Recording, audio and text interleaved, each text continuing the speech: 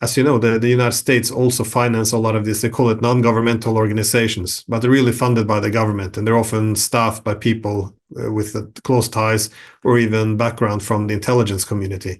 So this is a way of manipulating civil society of other states. Now, whenever countries, be it Georgia or anyone else, pursues laws to limit the power of these so-called NGOs, we punish it. Instead, we should be looking at emulating it. We shouldn't allow foreign powers to try to hijack our civil society. This is unacceptable. And what happens when you're not able to protect your national interest anymore? You're going to have legitimacy crisis. You're going to have political crisis. And this is what we see. We see political leaders can be changed, but the policies can't be changed. And this is why you have more and more economic problems across Europe. You will have more and more political upheaval, riots, and the Europeans now become quite extreme. Look at the EU today. It was considered a peace project. Every time there was conflicts around the world, what would the EU do? They would say, listen, stop the fighting, let's have a ceasefire, sit down and talk to each other. We might not agree today, but let's start the talking. In Ukraine, we essentially criminalized negotiations and diplomacy when countries like Hungary, which actually has the rotating presidency of the EU, they went to China, Russia, Ukraine, trying to facilitate. The EU responded by punishing it because you don't talk to your adversaries. This is what the new foreign policy chief of the EU is actually saying. We don't talk to Russia because they're war criminals, so we can't talk to them. This is insane what's happening in Europe now. And this is not healthy. And you can't look at what's happening in Europe now if you don't see it in the context of the overwhelming US influence. So the consequence, Europe is losing relevance, it's becoming subordinated. There's not all bad things about the United States, but everything is, there's dilemmas. We should have America as a close friend.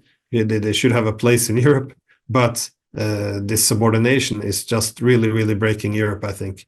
And as we're falling, and Europe is in decline now, some will break free. And you see this: Hungary, Slovakia, Italy. Those who will seek to protect their national interests will have to start to gradually break a little bit free. But then Europe loses its collective bargaining power.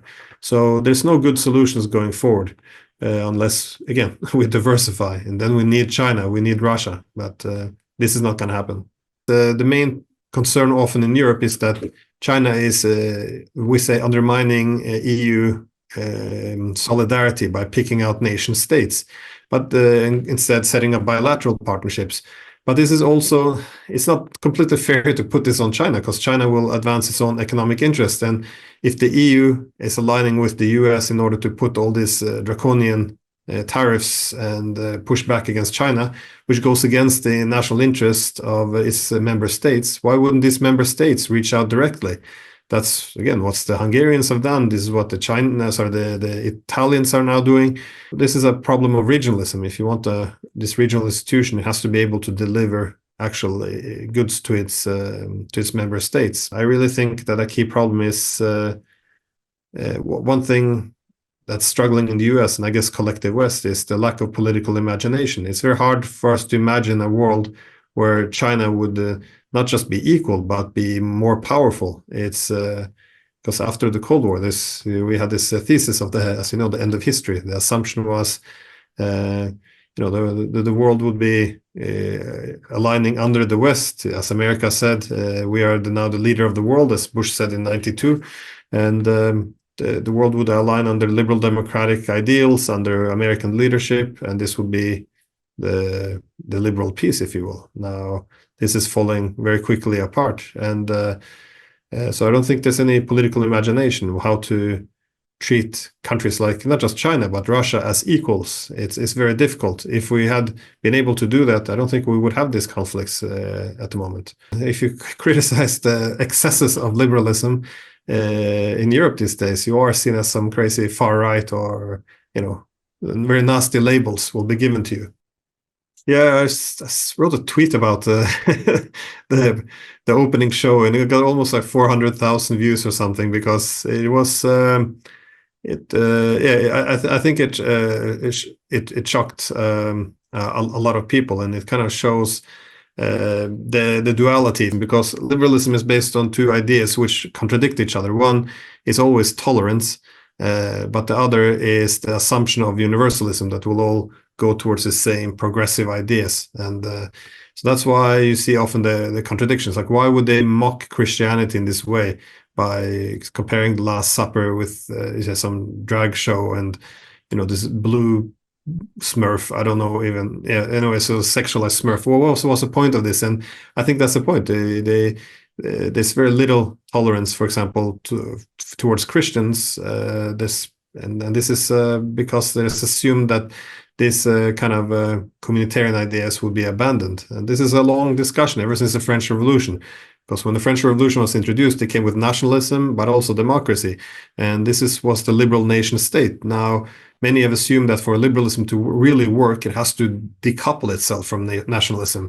By decoupling liberalism from nationalism, or the spirit of religion, as the Tocqueville would say, the liberalism, like a flower, would cut off its own roots and it would die. And this is what I'm seeing, which is why liberalism today is not very liberal at all. It's hate against Christians. It's just a huge animosity towards anyone who doesn't conform to these new principles. So it's very strange,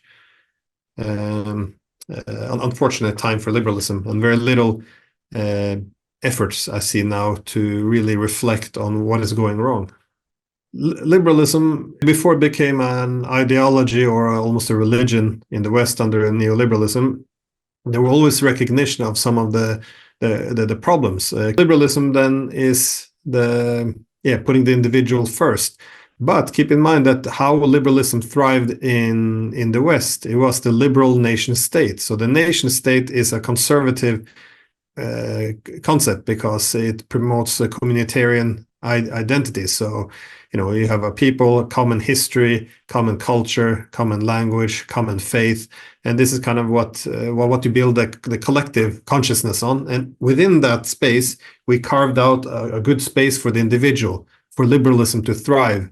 And the problem, I think, which we've seen over the past few decades now, is that liberalism has begun to divorce itself from the nation state. So we can't have a national culture. We're going to have to have multiculture. We also have radical secularism. We begin to abandon a lot of the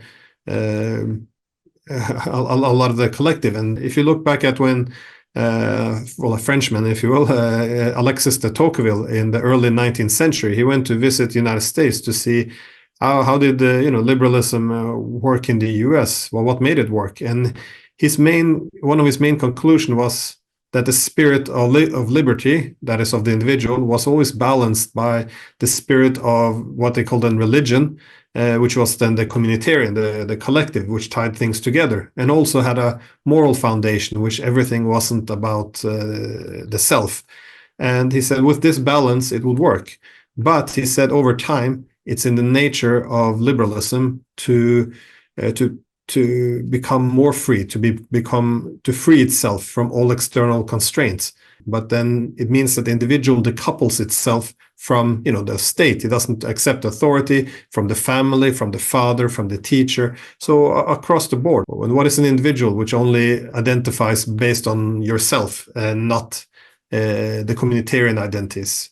It's narcissism and nihilism. And this is one of the plagues we really have as countries undergo, be it industrial revolution, globalization, pursue more individual rights. This is all fine and well, but it has to be rooted or balanced by the communitarian, which is why, for example, if you look towards China, when they now developing their economy fast, more liberal than it's been before, what at the same time, it's also trying to strengthen, thousands of years of history, its national culture, and this is what it has to do. It has to have an anchor in the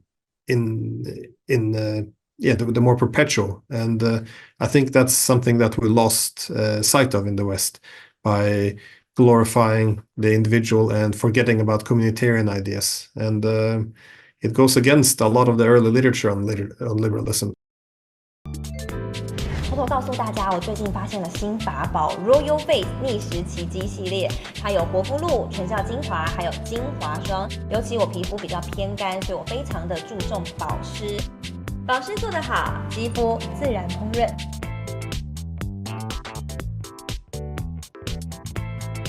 提亮肤色更年轻，抚平皱纹超有感，而且气色变好。用心保养，每天都更美一点。